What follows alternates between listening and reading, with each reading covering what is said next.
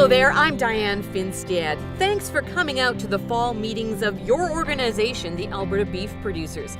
It is annual report time, and so today we're going to speak with several of your key leaders about some of the significant issues and developments in the cattle industry over the past year. We're enjoying this beautiful fall day here on Greg Bowie's ranch near Ponoka. Greg is our chairman of Alberta Beef Producers, and he's wrapping up his term in that position this fall. Greg, you know, with last year's review plan, there was a lot of talk about the need for communication and engagement with grassroots producers. What kind of ways have you been working on making those connections? Well, there's a number of fronts that we need to work on there. It's always been a challenge to get people to read the material you send out, listen to the reports that you give, and we need to do a better job of getting our delegates involved in the process. A lot of our delegates have done a good job, but we need to try to key on some of those focus areas, get more information to our delegates for them to get out to grassroots producers, and encourage those grassroots producers to talk to our delegates and have our delegates listen to their concerns, bring them back to the organization, and make changes based on those recommendations. What about with industry? You know, you've been involved in some exciting projects like with McDonald's. Do we need to get the message on down about that as well? The McDonald's project, the nice thing about it is that the majority of producers are doing a very good job of what they do to produce beef in a wholesome, healthy manner. And McDonald's is a corporation that can help us show the consumers in a verified way that we are doing what we say we're doing. Are you still looking for more people to be involved in that? Yes, McDonald's is still looking for more people for the pilot project, and I encourage producers to step up. This is something that we can get that good message out and let the consumer realize that what we're doing is sustainable going forward. As you look back on your term, it's certainly been some interesting times. You know, how will you remember this time in the leadership role? It's been a very interesting couple of years. We've seen beef prices rise through most of that, and for a lot of that period we were at record prices. And it's encouraging to see some profit back in the industry again. Producers are able to rebuild some of that equity, and a lot more optimism. The young people are starting to return to the farms again because they can see a future again.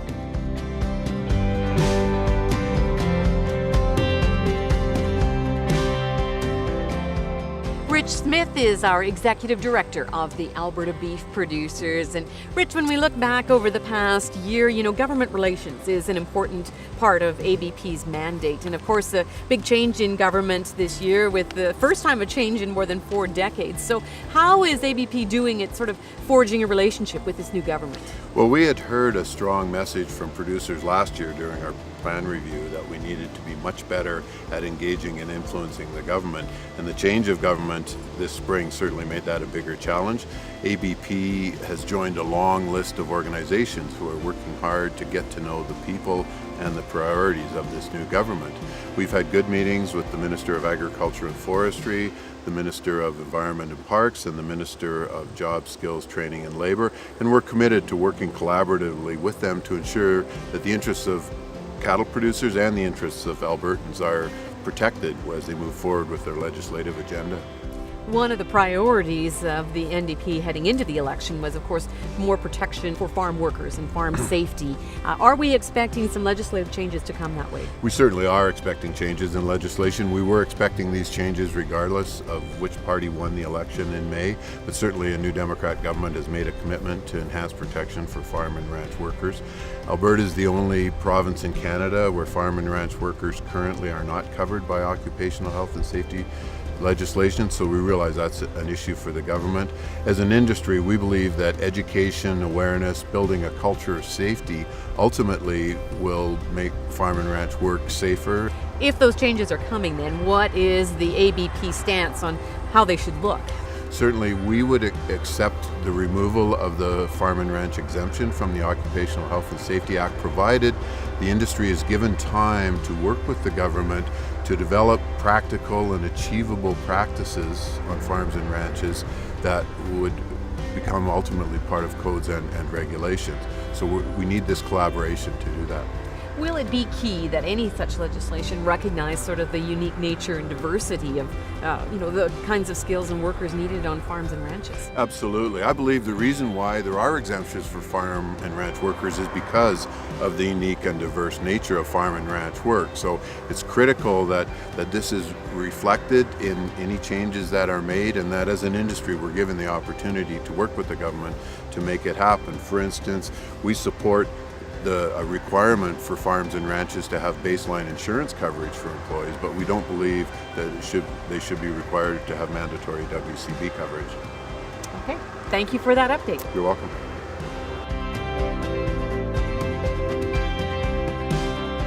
Looking at the financials is always key in any annual report, and the man with the big job of looking after the finances for the ABP this year has been Roland Caillot. And Roland has been finance chair, and as that, when you take a look at this year's report, tell me a little bit about your revenue and operating expenses. Well, the revenue for this year's operating is based on the net revenue from the previous fiscal year. So the previous fiscal year, we started off with $11 million approximately. And from that, we subtracted the $2.9 million that goes to Canada Beef, which is the national levy, which is non-refundable. So we pay that to Canada Beef, and $700,000 as well to BCRC. On top of that, we had to pay out approximately $2.5 million in refunds to the producers who requested them on the Alberta surcharge. There were 930 requests, of which 599 requests were identified as cow-calf operations, for a total of $323,000 in refunds, or 13% of all the requests. And 331 of the requests came from feedlots, and they received $2.2 million, or 87% of the refunds. So is that a pretty significant amount? That check-off loss, does that hurt the bottom line? Oh, for certain. It's certain. $2.5 million in a budget our size is huge. It's 35%, as a matter of fact. So that is huge, and it restricts us from doing a lot of things that need to be done for the industry. This is not for Alberta beef producers, it's for the industry that we're losing it. And unfortunately, there's a lot of projects and research that cannot be done. Now, when you look at what you've got allocated for expenses this year, go through a few of those things. Well, we've got a $4.9 million budget, and we split that with the help of the board and the help of the staff. The staff did a wonderful job. Those $4.9 million were divided. Approximately 32% of it went to national policy and trade advocacy programs, which is usually performed by CCA, our National Canadian Cattlemen's Association. 12% went to organizational expense, which is the cost of having a democratic organization in which all producers are equal and have the opportunity for input into the policy of our organization. 40% of the budget went to operational expenses, which are the areas that affect expenses related to our mandate in areas of policy, communications, marketing, education, production, research and stewardship, and animal health and welfare. The remaining 16% was allocated by the board to administrative expenses, which include, of course, office rent, salaries for our employees, benefits for them, and legal, audit, and consulting services. Are you confident that you've used a pretty sharp pencil with this budget? Yeah, we have. And we have to, Diane. It's one of those things that we are very proud of the fact that we don't run into deficits. We make sure that the producer's money is well used, and we try to get as much efficiency out of the dollar that we can and as much return on investment as we can out of those dollars. And so the board works very, very hard with the staff to make sure that happens, and at the end of the year, I think we can say that we've been successful. Now, once producers get home and get looking through the numbers, if they have any questions, what should they be doing? Well, Diane, of course, they can refer back to the annual report that they should have in their hands right now. They should have arrived at their post office box. They can ask their delegates in their zone. They can ask their zone director. They can phone me. My phone number is in the annual report. And they can always call the office, and someone there will direct them to the proper person to give them the answers that they need. And we would really appreciate if they did that, if they have any queries, to call. Thank you for that update. Well, thank you very much, Annie. On the Canadian Cattlemen's Association, we've been pleased to have an Alberta representative leading the charge, and Dave Salverson has been serving as president of the CCA. And so to talk with him today, let's start, Dave, first of all, with markets. When we look back on 2015, how will this year be remembered markets-wise?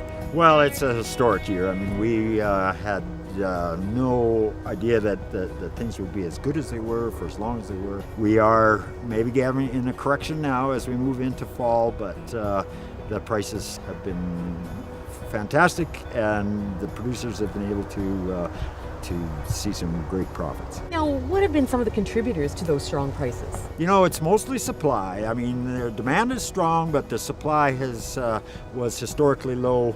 Were there any challenges, though, that factored in? Yeah, there was challenges we had weather challenges. That has affected some producers' decisions on how to market the cattle, which cattle they chose to keep. So that was a setback. And then, of course, they're still in a high tariff in places like Japan. So tariffs have been a problem for us. All right, we're into trade then. On the international scene, how is Canadian beef still regarded, and what have we seen that way in the last year? Our Canadian beef is very well accepted in the world, especially I was on a trade mission with Minister Ritz in March in Korea and Japan. The Japanese would just love to have more of our beef. You know, they buy a lot of American beef as well, but they wanted a second source of quality grain-fed beef, and Canada is basically the only one that is that second source, and in many cases, you know, it's become the number one choice in some markets. All right, so as we get into trade discussions, Trans-Pacific Partnership has been on there. Give us an update on that.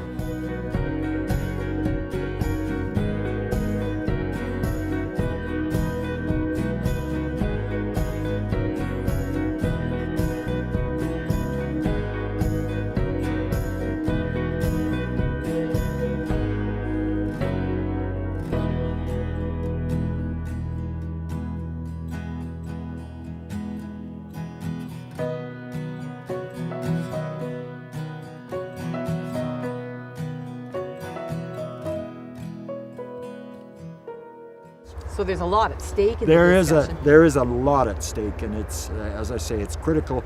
You know, we've been fortunate with our low supply. We've been able to take time and really make sure that the deals that we go forward with are good deals for the, you know, not just next month or next year, but for the next generation. And that's what these multilateral deals like Trans-Pacific Partnership can enable us. You know, rules-based trade and an elimination of that tariff. One of the trade agreements that is in place that should be helping the industry is the one with the European Union. How has that been working? Has the industry been taking advantage of it? You know, there hasn't been a lot of trade to Europe yet. We're working hard on the technical barriers to get, you know, all our plants approved, and that was an important part of the deal. But we would encourage producers to get themselves in a position, understand the requirements for that market, and be ready to export beef to the EU, because it is it's a huge market potential for us. So there could be big benefit to the industry. Could be big benefit. There's 500 million consumers, and they're used to eating beef. It seems every year we need to do an update on country of origin labeling, or the great cool saga. What's the latest development there? Well, I sure hope we get resolution very quickly. That was one of my big goals in becoming president, was to get it resolved. We keep inching closer. Right now, the most recent was the hearing on the arbitration as to the amount that we can impose retaliatory tariffs. Of course, we don't want it to come to tariffs. We want resolution. But the threat of those tariffs are really spurring our allies in the U.S. to move their legislative bodies to repeal. Any idea on timelines? Well, the arbitration, the amount, we will find out in November sometime as the level of the arbitration. And then as far as when we want to make sure that our government, whoever that will be, are ready to impose tariffs as soon as possible. Another thing we've been talking about the last several years is the national beef strategy. Where are we at with moving forward on that? It's been encouraging. I mean, there's been great collaboration. That's one thing I like about it is there's been collaboration between all the provincial organizations as well as our sector representatives. And the one thing that we have been made aware of is that we're going to need more money to implement the strategy. So our checkoff, the national checkoff, will have to increase to pay for those. Thanks, Dave, for that update. You're welcome, Patty.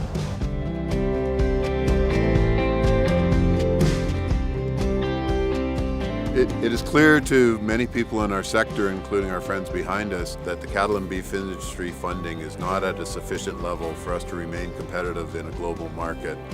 The shortage of funding is made more acute by reductions in government funding for marketing and research activities and the requirement for matching industry funds when government assistance is provided. The $1 national checkoff is at the same level it's been since it was first proposed over 20 years ago. Recently, ABP has joined other provincial and national organizations in an unprecedented level of collaboration to develop the National Beef Strategy, a 5-year plan for the industry with ambitious objectives for us to take advantage of tremendous opportunities provided by a growing global demand for protein. The organizations that collaborated on the national strategy have estimated that an increase in the national checkoff of $1.50 to $2.50 per marketing will be necessary in order for us to reach the objectives in the strategy. And not only on the national front have we seen challenges in the funding area, provincially we have as well. For the last 5.5 years, producers have had the opportunity to get their service charges refunded. This has removed about $13 million from the industry. That money would have been critical to research, promotion, and marketing activities over that period of time. Going forward, we're hoping to continue collaborating with other industry groups and the government to get the authorization to go back to a non-refundable service charge with the retained portion of the refunds used for the key areas of research, promotion, and industry collaboration.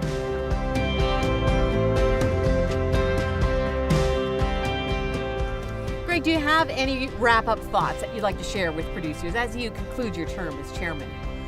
I'd like to thank the producers of this province for giving me the opportunity to represent them over the last couple of years. It's been an honor and a privilege. I hope that we've done a lot for the industry. I believe that we have. And I've heard a lot of positive feedback from producers, and I certainly believe that this industry is going to be very strong going forward for the next number of years. Well, thanks to Greg and all of our speakers here in the annual report. We're glad you could come and participate in the meeting, and we hope you enjoy the rest of your discussions this evening.